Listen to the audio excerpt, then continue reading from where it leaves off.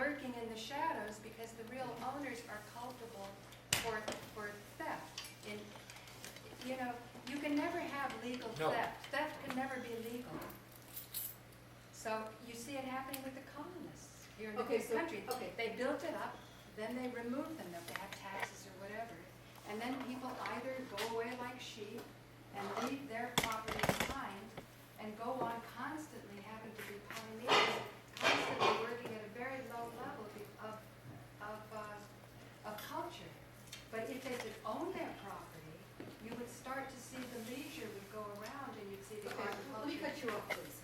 Every time the Time Warner was going to renew their license, we would have speakers, and we would go and we would all say our bits about what we thought, and then boom, boom, we end up with a pretty good contract, which was more of the same. So now you're telling me that that process is no longer? Well, that's because they wanted something from us. They wanted our consent and our signature. Right now, we've been so stupefied, people don't know physics, civics, they don't know the Constitution, they don't know even what they own. They don't know who they are. We don't know who we are. We believe that we are public access producers according to a consent form that we sign. So we have consented to give up our rights to get privileges as a corporation under their charter. And that's the problem. So what we have to do is to say, if you are free speech, here is my free speech. So I think I should just read and then you can... Before we do, let me ask you a question, because I'm really very puzzled. From where did we get the information? From where that did we the get channels were being From M&M. transferred? One of the channels no longer can be seen on 68 or 67. Who had the M&M? It's either 67, 56, or... It's 57. Okay, 57. You can no longer spin a dial to 57 and get channel 57. You have to go to 1,990 something to get that. So what that means is you have actually increased the property value of that channel of 57 or 56, whatever it was.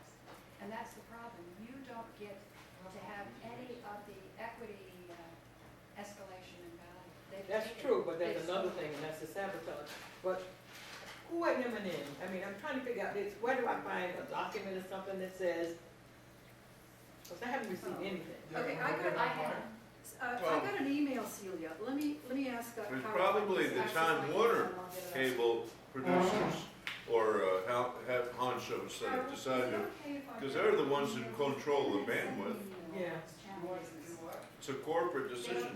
As Joe says, corporate America is slowly but surely edging away our rights and trying to erode public access, which is the last That's right, and I think that's bastion more of freedom and sabotage. free press. It is sabotage. We It is are sabotage. obviously at war with some kind of reptilian government that is in constant war and creating a fascist state. We don't want And we supposedly have a black man in the White House, but Excuse me, there's Frank. just as many blacks incarcerated as under Bush, if I not didn't know. more. What makes them black? We had a white mom. But the idea is we don't see a change in It's the such an penal insult to code white policy. I tell people It's such an insult I to tell dogs. people he's just pushing Mama over there one blackface. day and smack the hell out of her. Mama socialized children, not daddy. Did you hear that, Colia? What's that? I tell people he's pushing blackface. Amen, brother. A black face in the bush. So anyway, Joe and I just sketched out some points. We're so happy for other people to have other points, but we think that people Malinda. should start to put their thinking caps on it and start putting things, ideas in writing, because that's the beginning. So, should I start? Yeah. Okay. I would like this to be from the Association for Cable Access Producers. It's 241 West 36th Street, New York, New York. January 27th, that's today, to all Manhattan viewers of free speech, public access, cable internet, because the internet's now involved. The chat line, if you pull up M&M, I'm blocked from that because unless I give up my copyright trademark, I can't go on as Paula Gloria. I feel M&M should step to the plate and protect my copyright if indeed they care about me as one of their producers. If they're really behind the producers, as opposed to eyeballing what I have developed over many years. Oh. Joe's done more. Okay, Just read the whole thing Okay. through first Okay, without no comment comments. and then comment. To be read on all public access producers, TV, internet shows who care about free speech and protecting their rights to publicity in their community. Dan Coughlin and M&N corporate policies have tied the hands of real flesh and blood people who live in Manhattan and create original content for the sake of sharing non-commercial ideas and knowledge with the Manhattan community. Further, now M&N is taking programming that we feel are fronts, that's probably a strong term we could find, we were just sketching quickly, for corporate interests often produced elsewhere and not necessarily relevant to the local Manhattan community, as real flesh and blood producers help each other produce their original content, or most certainly know or know of each other as people living in Manhattan. Commentary on topics produced outside of Manhattan or the M&N studio are still done by flesh and blood people who live in Manhattan. Most recently, Manhattan Public Access original content creators are being arbitrarily blocked from training to get into the new high-definition studios, some on waiting lists of over a year and a half. And when original content creators try to do their shows, they have a tiny pool of qualified control room people to produce the shows, tying the hands of even the most experienced and longest-standing producers. Dan Coughlin has created arbitrary policies which tie the hands of public access original content creators by keeping the closed studio closed and not available to the public access producers who are original content creators, paid by no outside sources, and who do what they do out of love for creativity and to communicate with the public at large, which M&N is chartered to do. Further, by not allowing producers to be on each other's shows in any way they see fit, denies public access original content creators the right to control their own content. To bring further harm to the producers, Dan Coughlin, instead of protecting the producers, is allowing Time Warner Cable to steal the goodwill and traffic built up for decades by moving established M&M channels from channel 34, 56, 57, 67 to 1,992, 93, 94, 95, thousands of positions away from where loyal audiences expect to see their shows, and denying public access producers their right to the publicity which they have created. This is a massive theft of intellectual property by Time Warner Cable, and Dan Coughlin is derelict in his duty to protect the rights of the producers, and also the rights of the viewers of free speech. Time Warner Cable is stealing viewership built up by the producers of M&N over decades. People like Joe Brennan and Harold. We, the producers, have built up M&N from nothing to what it is today, and now all the hard work and traffic that we have built up over decades is being stolen by Time Warner Cable, and Dan Coughlin is complicit in allowing Time Warner Cable to steal the hard work and audience of the real flesh and blood producers of M&M. We have witnessed producers coming in from other boroughs to use the studios that should be strictly for Manhattan public access producers, and this leaves less time for the producers who do live and work in Manhattan in a scramble to book the open studios, which quite often is vacant. Yet when the producers try to book the space, they are told it is booked. We believe Dan Coughlin and the management at M&N are sabotaging producers by allowing them to produce their shows in high definition, yet when it is broadcast, the picture quality and sound quality is substandard. Even after many producers have pointed out the poor quality of the transmissions, it persists. We believe the producers are being sabotaged by bad quality so as to not compete with the commercial programming on Time Warner Cable and HBO, who now sits on the board of M&N, who denied the public access to their meetings despite their mandate to have public meetings. Even if public access producers who manage to find their way to one of these secret public meetings, they are told they are not allowed to speak to the board, supposedly there to protect their and the public's interest to free speech. If the board can't hear from the producers, how can the board know the needs of the public access producers? In a time when M&N has high definition equipment and can broadcast in high definition, it will not. At a time when high definition channels are being prepared on many other stations, M&N lagged behind and now is being relegated nearly thousands of positions away from where otherwise loyal viewers expect to find them. And when people are channel surfing, not many people channel surf up to the thousands. We are being relegated to obscure channels in an attempt to make public access fail, so corporate interests can move in and take over M&N Studios, which will lock public access producers out. It is obvious that with these arbitrary rules, the denial of access, the poor quality, and now being relegated in a position on the dial which no one can easily find, is an assault on public access producers. We ask all viewers to call Dan Coughlin, and I give M&N's number, and tell him to stop the move and the arbitrary rules. And we ask all viewers, 757-267. and we ask all viewers to call Time Warner Cable and tell Time Warner Cable, if M&N is relegated to obscure positions, you will cancel your subscription to Time Warner Cable. We ask all viewers to take a stand for the last bastion of free speech, public access TV before it is lost, and real free speech is dead in Manhattan. And we said the public access producers at M&N. This is just a start, people. We just scratched this out 2 hours ago. Yeah. We called Dee Halleck, and we thought that this could be a nice kind of a brainstorming think tank where we start to sketch out what the grievances are, and we have a right to petition. This was our rough draft. It's a rough Yeah, draft. I like the sound of it, it sounds good. I just keep having the question, what is the role of this damn board? We keep hearing the name Dan Coughlin. What about the board? What do you think? One of the members of the board is from HBO, one's from what's the college? Oh, NYU, that's very important, because you're seeing that the internet with free speech can be a wonderful educational opportunity. That's how Joe and I did what we did in court. There was a lot of legal things that were available that now prove, I call it IP address and search engine discrimination, can't be found. So we would cite things and we'd say, look it up, you can't look it up anymore. You can't look it Now, up anymore? what will start to Yeah, happen a lot of is the law NYU sites, that I found, that I used in my court cases, Point on Joe. after we were putting it on television and telling people that they could look it up, they couldn't find it anymore.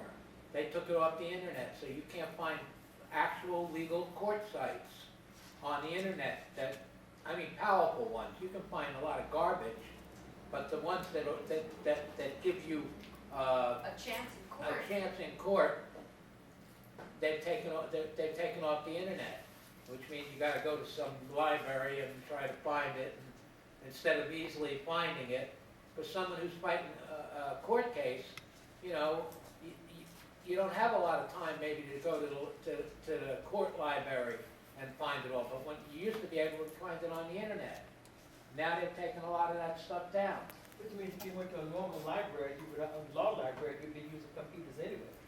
What's that? Went to a normal law library, you'd be using the computer. Well, this If is you the want the news, law we're books, facing you gotta corporate go- America, we're at war with this reptilian weirdos that are in perpetual war and created a fascist state. They Okay. stole the elections in 2000, they created the 9/11 tragedy, and now they're slowly but surely ripping away all of our freedoms. This So- isn't news. So let's not Yeah, rant but and free rave and speech- complain, let's do Free something. speech is our most important, free speech is our most important right. If we can't communicate the truth to the public, and the only thing that the public can get is the brainwashing that they get on ABC News, Fox News, then this country's in trouble. The news is more comedy. Comedy Central gives, a lot of people watch Comedy Central to get Let me take what my they hat think off. more close to the news. So people are accepting news as comedy. Okay, I found the email from M&N. It's called the January monthly newsletter, and there's all these little things, what's happening at the barrio and what's happening here, Never what's got happening it. there. Okay, important information about MNN3 on Time Warner Cable. Please note that as of January 29th, 2014, MNN3 shows will That's no tomorrow. longer be seen on Yeah. Time Warner Cable Channel 57. MNN3 shows will be seen only on Channel 1997. This change does not affect programs on RCN or FiOS channels in any way, and we're providing MNN3 producers with a variety of tools to assist them during this transition.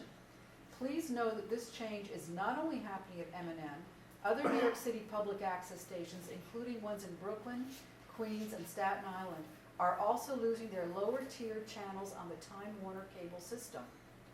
As we let you know in last month's newsletter, Time Warner Cable has introduced dual illumination for M&N programming. Time Warner Cable customers can now find M&N programs on the following channels: MNN1 Community 34 and 1995, MNN2 Lifestyle 56 and 1996, MNN3 Spirit 57 and 1997, but 57 is red with an asterisk and it says from January 28th only, and MNN4 Culture 67 and 1998. So it sounds as if the other three channels are keeping their position. For the moment. For the moment, a couple months or so, they'll For a move couple them all. months, and then they're gonna transition away from it. Yeah, As always, all shows stream on www.mnn.org. If you have any questions about this, please contact the programming department at program@mnn.org or 212-757-2670, extension 305. Okay. Baby, will you send that to the Colia Club, Hold COLIA? on, just a sec. Okay, who else wants it? You were not. Do you So all they want- don't explain why. They simply said it's a corporate decision by Time Warner. Right. And we don't give a shit what you think or say. We're Oh, doing wait, it. how, But you notice RCN, COLIA. no, it's not, it says we can't connect to Outlook right now, please try again later. All right, okay. So hang on, let me see if I can, what do you, I'll do you get it, do you later. go on I'll get it Mozilla? tomorrow from somebody. Do you go, Margaret, do you go in Mozilla Firefox for your internet? No, we go to Internet Explorer. Okay, where is it? You go start. could we move along on this? Yeah, because once, This the is a other very- question, you know, I need to know what is, I don't know the history. I don't know the legal. Calling you know something? I think something's not very cricket going on forward. I'm If hearing you know what I'm saying. I'm hearing you. That's why I need to know the history. I need to know the role of the board. Generally, the role of the board is policy. Programming is left to the manager, executive director, whoever that. Which would be, so we need to know, I need to know the role of this board. That's what, because we need to legally look at this and be very serious about it. Because we've got a lot of lawyers connected to the left here. Some of these lawyers could jump on this right quick before it gets going too far. And they already going I too far. believe the lawyers are already in on it. I believe you've got RCN, you've got BIOS. I believe that you probably got about 5 hidden corporate entities. And I believe Time Warner Cable is being spun off of Time Warner because all of these violations will make them suable. And what they're gonna do is sort of collapse Time Warner Cable, thinking that cable and the internet are 2 different entities. But if you think about it, both of them now are using this fiber optic cable, which is going through the physical land of Manhattan, getting back to Holm and Henry George arguments. So the big question is, where's the Henry George School, where's the Robert Schoenberg Foundation? Once we've pinned what's actually going on, we've got to pierce the corner. Our power as flesh and blood original content creators is huge, because all of this is just technology to carry the message of human beings. Corporations don't have free speech and rights. Corporations don't make moral decisions. Human beings do. So if Dan Coughlin is just some poor schmuck, he's still somebody that is in the position that is supposed to protect free speech. And so is the board, Free speech is Paula. not. Yes, but they always say the board. But boards don't do things. Human beings do them. It's like my. But those board are made to go to, there's a board of directors that who are human beings. And I know that we could probably go outside, and I'll ask my son when I go home, I'll ask some of the lawyers. We don't have to have M&N lawyers, we go look for some other lawyers who are not connected to the system. The system is the American bar. Yeah, I know. Carl, did you disconnect the internet here? But It gives us a way to Is the raise the internet stakes. disconnected? If we get a It's gonna case, boil down to producers I who guess are maybe willing it's to not. stake their It's shit. not, it doesn't seem to be Well, enough. I'm gonna start going on Try my show Mozilla. and telling No, I people, mean- I've been coming to you It's 5 plugged days in. a week, but I may not be with you next season. They may just decide that we've done some arbitrary violation or whatever, and even though now I know that when I signed that consent form, This is, that if you oh, go to court, maybe it's a some- contract. maybe It's some supposed part, to be yeah. weighed in favor of the non-preparer. So you can actually start to see a pattern here happening. So if you can call them on that, then you can reverse it. So what we're saying is, in Joe and my case, Give it a this is second just and for our talk. case, we're just two producers. Other people will have other issues, but for our case, we felt by not allowing producers to be on each other's shows in any way they see fit, denies public access original content creators the right to control their own content. So when Joe and I, sometimes we do hot talk, sometimes we do farther down the rabbit hole.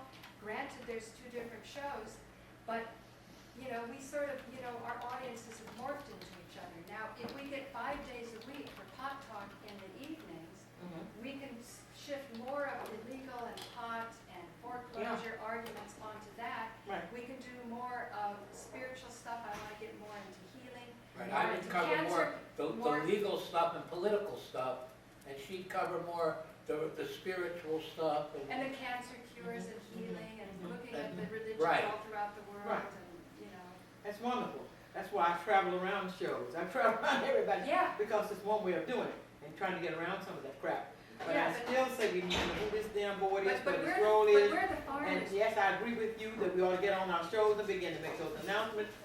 But building a real live movement, Yeah. a part of that is the legal, Yes. is Yes. the legal side of it. It's a live movement that we have to build. Yes. We take on take on the legal side of it, we go on as producers, we go out into the community, we're gonna have to do it all, because we're fighting the giant. Time Warner is a giant. Yep. Not Time Warner Cable. Time Warner Cable is, I believe, being set up to be destroyed. And Time Warner itself has pulled back all the assets so that when you sue it, see, like, what you've got to do when you've got such a major violation of people's rights is the corporation has to go. But if the corporation has no assets, so you can see they knew this, they planned this. You take a look at the corporate structure, there's nothing left in Time Warner Cable. Everything is going to the internet. But in truth, whether it's the internet or whether it's cable, as human beings, we have a First Amendment right to connect with our community about issues of alarm and concern, like fraud. Fraud is a big deal.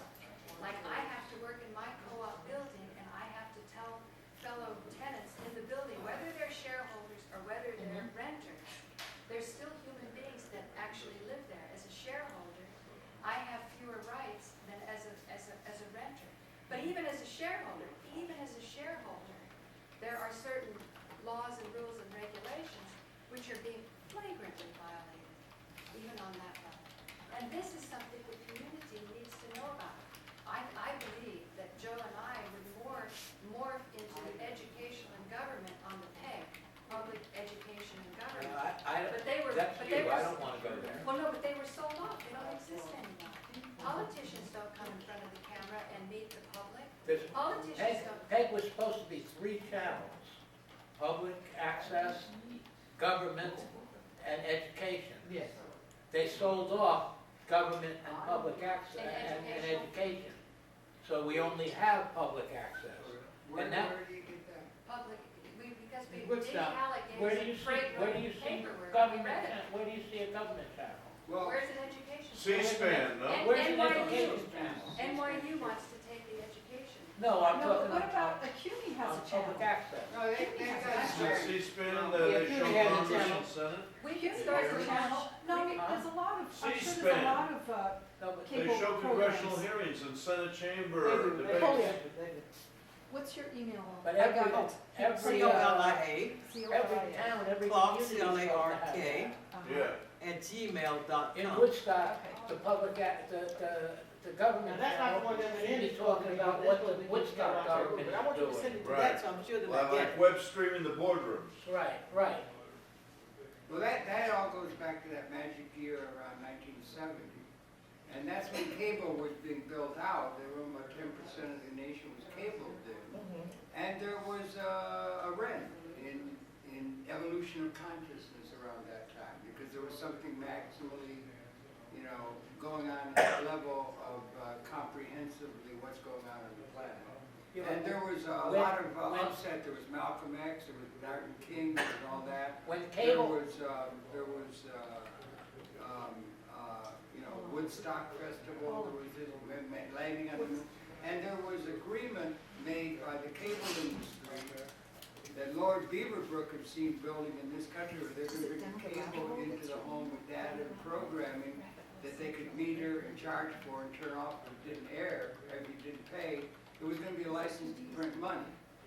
And so they did as a cable industry. There's a whole lot of people make up the cable industry. When And cable, let me make the point, Okay. Joe, without interrupting me, please.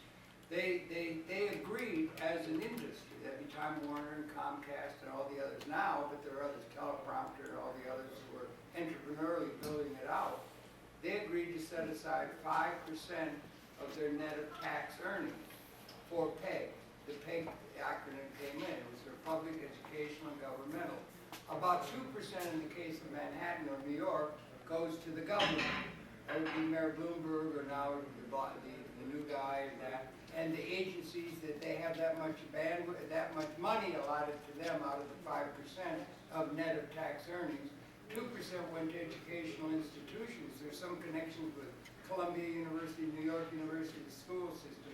About 2% goes to them, educational institutions, and 1% was left over for public access. And that's something that's totally unique, that public access. William Paley, when he set up CBS, had no obligation to provide television production for the people. All they were to do was to get the programming. This was to set aside the possibility for the public, and you have to be practical in a certain sense. There's no way 3 million people could use those channels if every person in New York wanted to. It's public. I doubt they We're set up for that. And so that's where they got that, that's where the PEG acronym came from. And that's where the capital costs and the operating costs get to the public access facility after George Stoney more or less set that up rather than having it being adhocracy with the cable companies. And that's where they got the capital costs and the operating costs to operate Manhattan Network or BronxNet or the others, and it goes across the country. And let's not forget, you got 3,000 of these across the country, Ames, Iowa, Madison, Ann Arbor. This goes out, it's even going international now, and so forth. So that was something very unique. And in any institution, any human institution, you've got people all the way from visionaries, intellectuals, or what have you, to bean counters. They have it in every every world institution. And they set that up, and they've adhered to that on a 10-year franchise basis. They would do a franchise. So the franchise was finally, it was held up after 2008. Everything went to hell. They had to bail out the banks and everything. But they finally got that approved about a year ago. They didn't have to 6 bail months. out the banks. Well, The Main they Street felt they media. had to by the decision makers that operate the economy and operate the But political system. Harold- You have to deal with it. Yeah, wait a second, they do have to bail out the banks because everyone has to pay their debt and pay their bills and money has to circulate. If there was a complete collapse of our American economy and no one paid anything, Yeah. we would all be sitting there sucking our thumb like in Greece and jerking off and then no one would have anything. No, bullshit, We bullshit. would be beating on the Schumers behind. That's what we would be doing. We'd be doing what? Beating on Schumers behind. Glass-Steagall was, Glass-Steagall is, oh, this man, Yeah, that was this Mr. man. Clinton, the Democrat. And that is what we've got to begin to do. That's why I said we need to refocus and make sure that we know where the decisions are supposed to be made, who's supposed to make the decision. I'm unclear. Yeah, And, so am I, Colia. and That's I'm my very problem. clear that the next step for us is to call a meeting with Dan Coughlin, not with the board, but with the board's representative. See, since he is the person who deals with those producers, he's asking to make decisions. Well, we can Okay, suggest let that. me take on what you just said about bailing out. You said that we have to bail out the bank. You know what Iceland did? Iceland, instead of bailing out the banks, because the bankers, they proved that the bankers were committing fraud, Amen. right? They locked up, they jailed the bankers, they took all the mortgages and gave it back to the people and said, you own your home. And right now, the economy of Greenland is booming. Iceland. I mean, Iceland. And there's Yeah, also, God bless Iceland. They're a shining example of intelligent reform, and of course that's what we should have done here. I was just touting the argument that the government had to bail us out, too big to fail, but of course I don't agree with that. But it's all artificial I debt think and money and fiat money, and Bloomberg isn't a billionaire. He can't cash out $50 million if he wanted, because no bank holds that much cash. It's all circulating debt. It's a big smoke and mirrors bamboozle. Okay, hey, cut. Let's go back to public access. Yeah. Okay, now, my understanding, Harold, this is a question I guess to you. Good, My by all understanding- means, whatever. My understanding was that Time Warner Don't held the stop it. franchise. Are you stopping? No, I'm just You changing this. stopped, the red light went on. No, they didn't. No, it didn't go It off. didn't, okay, Okay. go ahead. My understanding is that Time Warner has to renew their franchise periodically, and they Yeah. could lose it. They could lose it if they They're don't. ready to lose it. Well, These they would- actions mean they're ready to lose Yes it. and no, that is the thing, If it's, No, they lose it, the big because- corporation can now own that studio. that's They collapse the something, corporation after they've stolen the property, and all of the onus and responsibility goes on a nameless corporation, and meanwhile, the actual entities behind, because you haven't pierced the corporate veil. You've got to pierce the corporate veil. Well, You we have to haven't- find out who is Well, responsible. there are And then larger eyeball issues. to There are eyeball larger contact. Like in my apartment building, my board president signed a fraudulent stock certificate. Until he did that, I didn't have the complete understanding of the betrayal against me. He knew that I lived there. He knew that I've lived there for over 15 years. Now he's done fraud. Now we have a human-to-human issue to go over. And we know who And to go it's- after. Melinda asked me a question, not you, to go off on another side issue about mortgages and stuff. What was the question exactly? My question is, but actually Paula answered it, because I Oh, said, she did, okay, can't well- Time Warner lose the franchise? Well, I do But not. Paula's argument is I'm with they don't Paula. care. They're I'm- gonna they lose the don't care. franchise. I'm with care. Colia. I don't know a lot of stuff. I don't think I know all the ins and outs and what's the thinking and the projection about what this person's thinking is a conspiracy.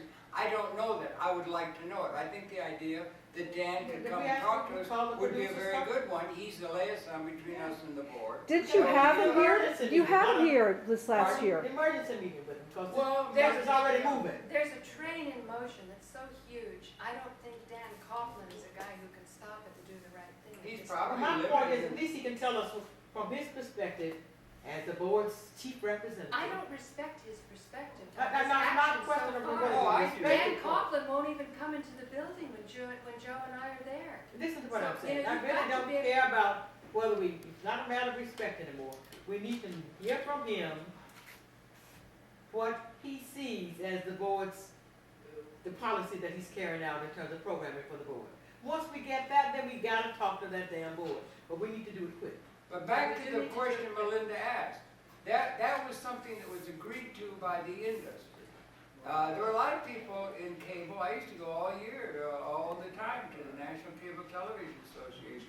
Ted Turner loved access. I know Brian Lamb, who the only other thing that has anything similar to the P of public access, outside of the normal dialectic, private sector, corporate profit, public sector tax and regulate, that we hear all the news and everything. The only other thing is C-SPAN. And C-SPAN has Brian Lamb. And they've set that up, and that is the jewel in the crown and recognized by such, by the cable industry. The cable industry from left to right. The cable Bean industry's counter. demise. No, but Ted Turner sold out to the CIA, and the CNN is no longer real news. And the Well, corporate he America is doesn't even taking own over, CNN. public access is under threat. Communication is under threat, truth is under threat. Amen. You know, Bush and Cheney should be in jail for the 9/11 tragedy. Well, that's part Plus of the larger invasion of political Iraq and economy. all these other crimes that Listen, they do. listen, Frank, And Frank, what's Frank, going on? Frank, this is not your show, sweetheart. No, it We're is. trying to It's have a what we're serious, no, but we're trying to have a serious discussion about cable. And I know the society at It's all large related. is completely run with corruption. But we can't start discussing every issue under the sun. Yeah, but So the cable- drop 9/11, drop Bush and Cheney. Yes, throw those guys in jail. I agree. But right now we're discussing the Yeah, future of our we're cable. battling a channels. big corporate control of fascism that's controlling our media. And it's a subtle, ongoing monster that's slowly nibbling away at public access, and this is what the issue is. This is where I see the problem. Take public access head off. And when Well, I'm getting you, when my you read round. what was on the computer, you said it's happening in Brooklyn and it's Yeah. happening. That's right. Staten Island. We heard from people out in California, it's happening out there. That's right. Of Just course. like It's the happening radio up in stations. Woodstock, It's Just like the happening radio all stations. over. So what's It was why the is it same happening? pattern. just Is like the anybody radio curious? station. Why are they They're doing shutting that? down free speech in America. Now, let's After get to 50 that. years, what's happening to WBAI? Get to that question. Why are they doing that? Has anybody got an explanation from them why they're doing that? What's the reason that they're doing Control that? us. No, okay, you're making assumptions. No, You're that's- making assumptions. With all due respect. Why are they bombing Iraq and Afghanistan? Well, come on, come on. Wow, you're making assumptions. Let's have a break. There are many, many, many people in the cable industry that are totally in support of public access. And they are totally in support of C-SPAN. In fact, they count that the jewel in their crown. Everyone, from right to left, you understand that. And that's public affairs. And they've given it overwhelmingly support to C-SPAN. They've got it everywhere now. They're covering everything. And Now, plus they have 3 I think channels. there's They a have 3 case to be channels made, now. And there are people within the cable industry, at the FCC, and that kind of stuff, who support public access seriously.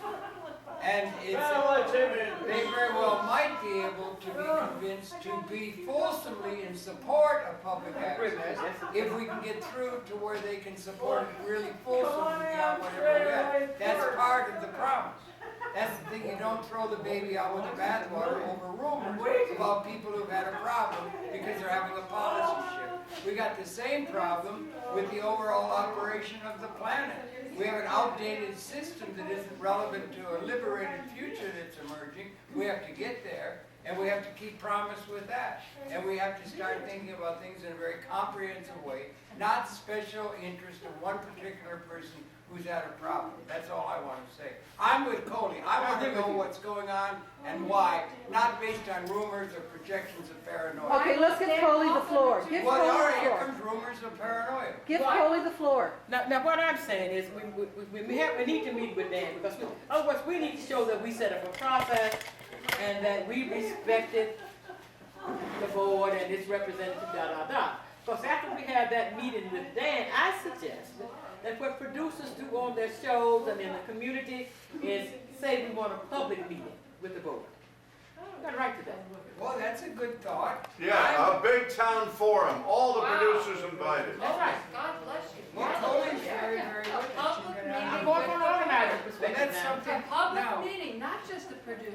Okay, so who's Just gonna, say, okay, all Coley, of what, you viewers come to in, the come public in, meeting Paula, of the come board. sit down and join in the conversation. so therefore, who's gonna go talk to Dan and propose this meeting, and when do we want it? We want it like in February, don't we? I vote for Coley, because it was her idea. Coley, And I could go. Yeah, I would go with But the Harry. one thing, something else I I've know got to that. say. No, but we could just do it. Any one of us could book the studio for a few hours and then throw out flyers and say, all the public's inviting to a town meeting to discuss this issue of the threat of public The access. board isn't gonna come, Coley's No, right. no. You've gotta talk to the board and do their mandate for a public meeting, a real Well, public. Yeah. We need a mandate public, we need a public meeting. If you can We have need the demand thing, that if they you can come have for a the public. issue. But we need to talk with Dan first, we don't want to disrespect him, so we can say he was disrespected. No, you don't, We want to go through the process. If you possibly can have the thing, and this relates not only to public access or Manhattan or anything, but to the interest of understanding what's going on. That's what it is. no, exactly, because if it's happening in Brooklyn, in Staten Island, Yes. and Joe says it's happening in California, in Woodstock, What a hell of a what's public going meeting. on? Well, that's What a right. hell of a We public wanna- meeting. What now, the assumptions of what's going on is all based on individualized, rumor-based, paranoid projections. No, I about read it you, taking I read over you and my destroying email. everything. I read you the email I It may got. not be the case. I think it's a golden time of expansion It is. for public access. It actually is. Okay, that's It right. actually is. And in that case, you can get the other people you're dealing with, not adversarially, you get with them in dialogue. Yeah, That's what I well, want to listen, I'd see like to happen. say something. I find that admin has expanded through Facebook and social networking and all this internet access, making it more and more available, more popular, and I'm finding I'm getting more and more my message is getting out there more and more in cloud. What's ailing you in America and complaining about corporate malfeasance is now finding a much larger platform. You might- And I've got the support of the M&N staff that say, yeah, this is how you web stream, this is how you download, And not only this is that, how you do it. And it excuse sounds me, great. and this That's a really good Thursday, I'm Yes. signed up, there's a seminar, there's a guy coming in to show us how to do the streaming and how to create this Okay. platform for our Yeah. programs. This very Thursday? This very Thursday at 6 o'clock. Yeah, Yes. rather than adversarial, Yeah, taking no, you to no, but court, I mean, there- suing, you're a bunch of fascist bastards, all that. I think we could do better by trying to get, as Colia says, Yeah, step by what's step. going We on. gotta go Let's step have by step. dialogue and get a pattern that can be serving everybody. And that applies also to the political reality of the planet and to the evolutionary development of the planet. That's what we need. Something that can incorporate, perhaps subsume aspects of the outdated institution and the new thing that's emerging and get dialogue. That's what we ought Yeah, to be we looking might have at. to open up that dialogue. And you know, very good, to be just right to the point, if indeed it's coming from Time Warner, if we gotta go there, Time Warner's down there on the corner of 59th Street. It's not, we don't have far to go. That's what I'm We saying. can even invite them to our meeting. The whole world don't have far to go. Everything that comes off that damn subway. Well, Cole, you marched from Alabama to Washington, D.C. You can certainly march 2 blocks. Like that. Coley, you marched from Alabama I to didn't Washington. march that, but not did that. Call it, all the march to the Meredith March. The Meredith March? Selma is my project. Selma was our project, yes. You, wait, Coley, you went from Selma to Montgomery? No, I didn't. Bernard Lafayette and Colia Lafayette set up Selma, Alabama, set up the 7 black belt counties in '63. Right. And when Dr. King had trouble, you hearing this on, you can choose. When Dr. King had trouble in '64 because the movement in Mississippi run through a number of organizations under the leadership of Bob Moses of SNP, got the national publicity. He was down there playing on the shores of St. Augustine, which meant that NAACP wound up getting all the money, because anytime money came in, it always went to them, because they were the known organization. So they had fundraising issues. So they sent Jim Bevel, I ain't gonna say that. Jim Bevel went in for them and entered a project that SNCC was people in jail, locked up, couldn't get publicity in '63, in '64.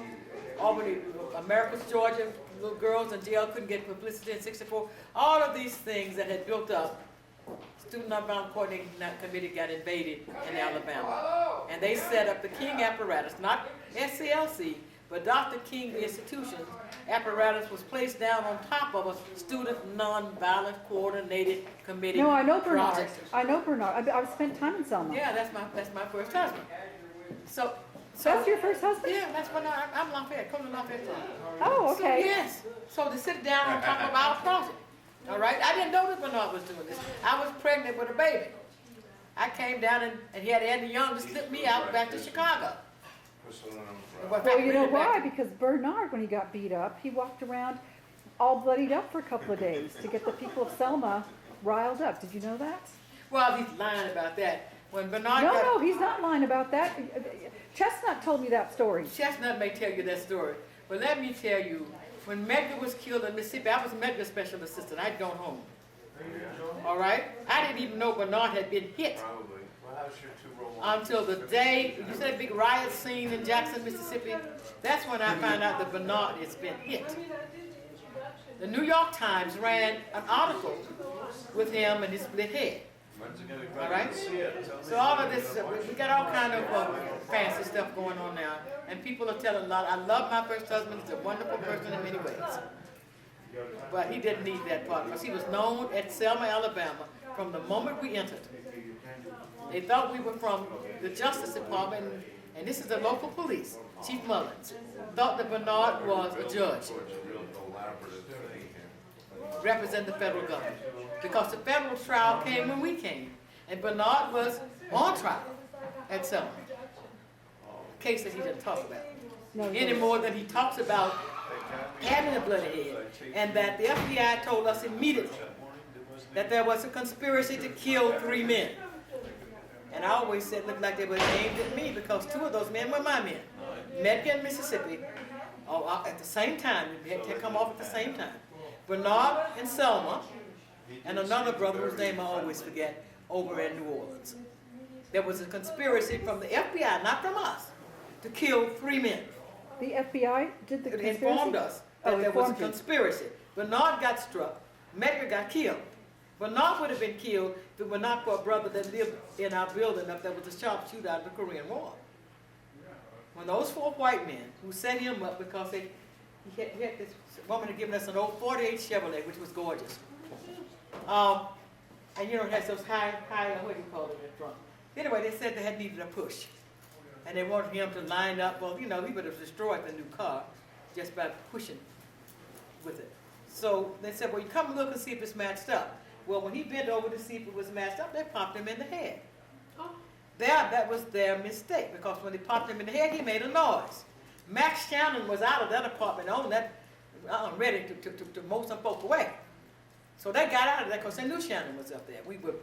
There was between us and the white folk a lot, a big huge lot where we lived. So the white folk on this street and this big lot between us and them. All right, not 2 blocks, big huge lot between us and them, between the white community and the black community. So they got away. The FBI said they acted prematurely. They were instructed, and they knew a lot, didn't they? They were instructed to capture him and take him into the white community where the Klan was waiting. Oh, no.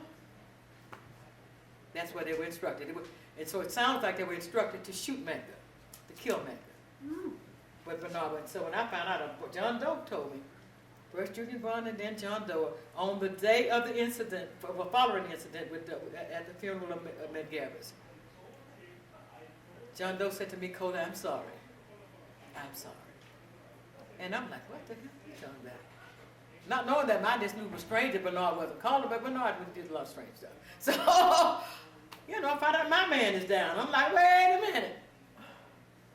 I got my best buddy and now my man down? Oh no. So a lot of stuff that people are saying, they're stretching the story. We got all these revisionist historians. So yes, Bernard did get struck, but Bernard was already like a king or something at Selma, Alabama.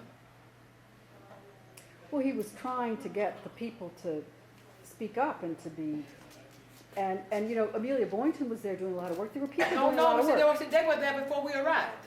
Oh yeah. When we came in, the Boyntons had been there since the 1930s. Oh yeah, and Mr. Boynton was said, laying on a hospital bed. Let me tell you a story. Yeah, I want a copy of tape. Okay. Mr. Boynton was laying on a hospital bed with he had a stroke. He had been on that hospital bed for 2 years. After Medgar's funeral, I returned back to Selma immediately. A good wife, you know, good wife leaves school because I was in college at Tulu. I'd been beaten pregnant at Birmingham earlier that summer, on May 8th. So that was a good reason for me to go, and Bernard agreed, back to my parents' home and then go to school. Then my best buddy gets killed, and there's a lot of other stuff happening in Jackson, which I won't talk about. So I went back to Selma. Louis Lord Anderson, the Reverend Louis Lord Anderson, had been involved in a car accident in 1959. He was a very radical preacher who came to Tabernacle Baptist, the home of the National Baptist Convention, which had been founded by the Reverend Jemison in the early 50s. And it was now being run by a more conservative Mississippi preacher, actually out of Chicago, named J.H. Jackson, who Anderson had studied under. So Anderson was able to get in and get Tabernacle. He got Tabernacle. It was very competitive. He got Tabernacle. When the white folk found out this new preacher had come to town, he was just brilliant. He had a master's from the University of Chicago, and could speak as well as Dr. King, by the way. When they heard that Louis Lord Anderson was there, what they did was ask Anderson to come and be on this radio show. And they asked him to speak on the topic, what does the Negro want? Interesting. Right? Interesting. And Anderson did. He spoke on what the Negro wanted. The Negro does not want, he put it in the negative, to ride around in big cars, live in big houses, not have, Negro don't want, they don't want to do that. That's not something Negroes want to do. So everything the white folks had that was favorable, that is what the Negroes didn't want. Okay? They were very upset. Very upset. He went into a car dealership to get his car fixed. One of those places that fix cars. And the man didn't know who he was, said, that damn Louis Lord Anderson, we should cry, bust him his brains out. And so Louis Lord Anderson smiles and says, Here I am. no, he says, to knock out another man's brain, you have to figure out how to leave yours at home. All right, so then somebody told this fool, listen, Louis Lord Anderson didn't play, just like Medgar, he had his 38. They're old school, like my father, these are old school men. They believed in the ACAP policy and practicality, as Robert Williams out of North Carolina proved, of self-defense. So they then went after him. He was in a car accident with a driver from the Carter drugstore pharmacy locally, which is a big You think pharmacy. he was sabotaged? The Carter Pharmacy is still there. It probably is. No, But he it was is. in a- he was Or in- it was 10 years ago when I was Oh, last I there. didn't know this when I was there. I was there to get the Freedom Flame Award a couple of years ago. But what happens is that car accident, Anderson is blooded up in bad shape. Was in the hospital quite some time. They actually pulled him through the street bloody. The untold story. And screaming and yelling, crucify him. Not lynch him, crucify him. Interesting language, isn't it? Mm. So, anyway, he had to fight to get any help at all. Got only $100 from the National Baptist Convention, which gave all that time $100. He finally got, I'm trying to remember the famous white lawyer from NASP. Anyway, he came to his defense. And the case went up to the state court and then to one of the Supreme Court, probably the Fourth Circuit, I think it is, just down south there in Mobile. And it was remanded back to the state. And it was silent until we arrived in Alabama. So right after Medgar's death, since it was remanded back, the state called it. And Louis Lord Anderson was on the road again for a trial, knowing that there was no justice, knowing there would be no justice for him. And so Bernard, Jim Foreman out of Atlanta, Jim Bevel, all of us began by phone to talk about building a mass meetings using Louis Lord Anderson's case. Meanwhile, Mr. Barton is dying. He's laying up there, we've been there 2 years. And I always say that history is a slow driving rain. Oh, nice. History is a slow driving rain. Earlier that day, we knew that Mrs. Barton would always be there for us, and she always was. And she But still just is. before 6, yes, I saw her this summer. Bernard never brought her up here, using her. I love her. I love her.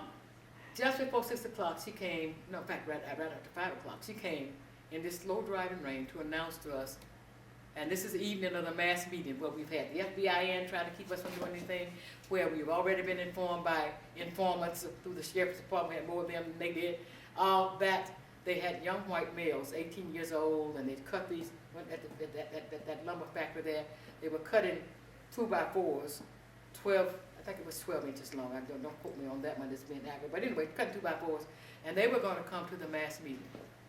We didn't know if we'd get people out or not because these rumors are circulating the town. But I can tell you one thing, when she walked in there and said that he had died, and said, I don't know that I'll be there or not, she was standing there a stalwart. She was just, it was such a powerful moment in my young life, because Bernard and I were both facing 23. We would turn 23 that summer. Wow. I'm the oldest. I'm 8 days older than he is. So that's why I got such a good memory. so what happens is we don't know what's going to happen. Bernard went on ahead.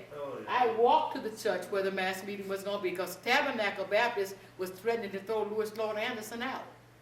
The church almost split. There was wars up in the church because they had gotten pressure from the local authorities. We're holding the meeting at another church. But as I was walking forward in that slow rain, the rain stopped. And I could see behind hedges black men hiding out. and I knew they had guns. I come out of a big family. But also, there was the sheriff's men there, and they sent the deputy into the church, and guess who showed up? Mrs. Boynton. Amelia P. Boynton. And wasn't it a church full? I heard the church It was packed. Honey, it was packed all the way out there. I mean, it was, they talk about the black people were all along the streets. Oh, no, no, no. And they would come mass meeting after mass meeting after mass meeting. Yeah. But that one, weren't they afraid because they were afraid to leave the church because they knew that Nobody was afraid to leave that church that evening. Oh, really? If anybody was afraid, the High 12 was in those, they call them High 12. They were somewhere in those hedges and around that town because they thought, in most cases, that black folk who believed in nonviolence was stupid, but we always had a protective force that nobody ever talks about. There was nice always to know. somebody standing by, whether his mama was in the church, his sister's daughter, cousin, or just a friend. Black men were somewhere standing by, and they're always armed. Selma was not unusual. Jackson, Mississippi is probably where you saw it the best, when you see the men on, well, I don't show that part of it, but there are men up there with their guns on top of those little, I think 3 floors of buildings, and men throwing bricks down, one of them threw a ball and hit a cop. I mean, you know, that's always been the case. Two sets of us, those who get on the front line and say, I'll push forward nonviolently, and those who say, well, you know, I ain't for that, and they won't even tell you, but they got your back. They have got your back. And they will move as they moved in the case of King or anybody else. There will be a violent outburst. So how long did you stay in Selma? We left Selma in August of '63. That's when I came to New York for the first time. We went out to Great Neck for 2 weeks. We left Great Neck and came in, we stayed out there with the Great Neck Committee for Human Rights. And we came in here for the most radical thing in my life, and I always loved this little old woman named Elizabeth Moose, whose son-in-law was Remington, who was in the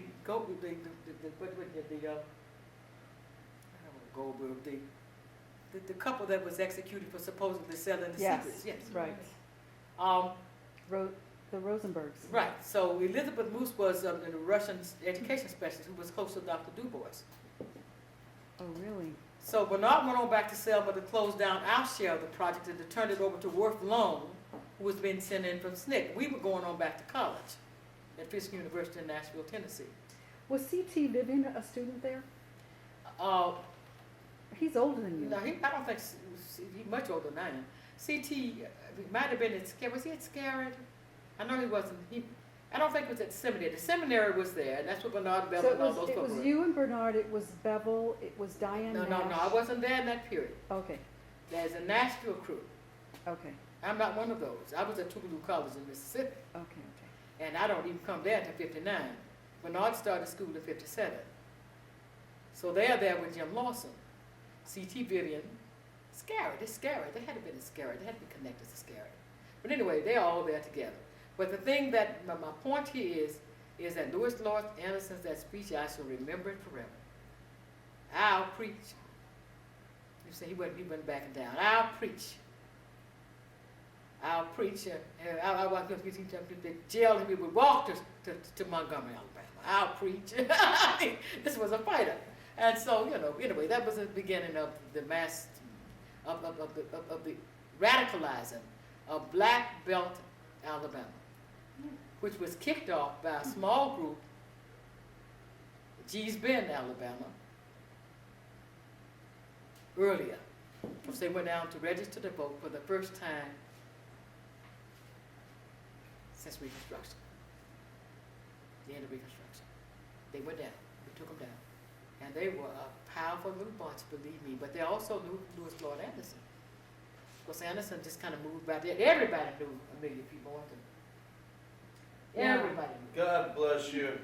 So You're a that's living legend, bringing out history and awareness. I'm gonna have to book some studio time so I can get this down, the whole story. We just do an hour. Oh yeah, I or got something. lots of stories on it. Okay, great. Well, listen, actually, I'm it's telling the nice stories. As long as I don't have to tell the wife stories, I'm all right. Well, it must have been so difficult because, you know, you're pregnant, right? Yes, He's I a was. college student. You're living in different places. It's No, a very I exciting got time. pregnant. We left college. Right? We're no longer in college now. This Mom, is my second baby. You are the best. I say so. You are Thank you, the sweetheart. I love Maggie. Say, this is baby number 2. The babies are 15 months apart, and my mom was screaming in Mississippi.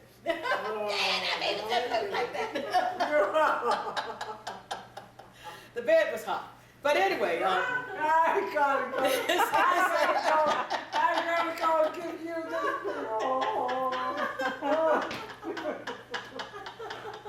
this is an hour of history, sister. If you were a radical wife, which means that you were on the battlefield too.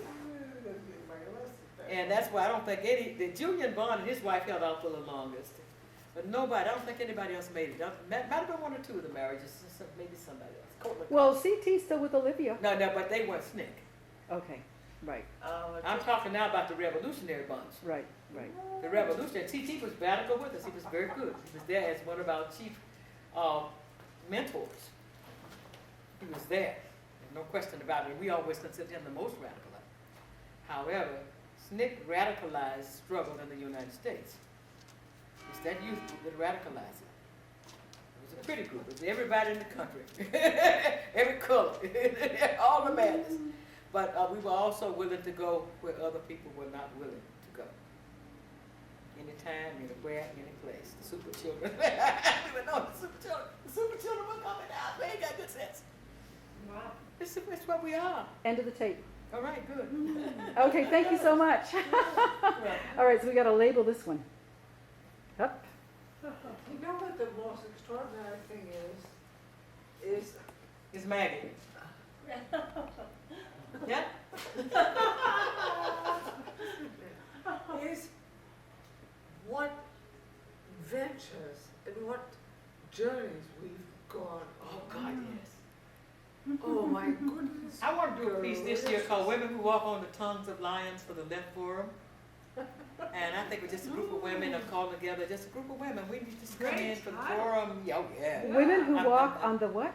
Women who walk on the tongues of lions. On the tongues of lions. It's from an old proverb of my father's. It's probably somewhere in the Sudan Valley or somewhere, because And the people mostly proverb from there. is what? Women who walk, no, when you walk on the tongue of a lion, tip light.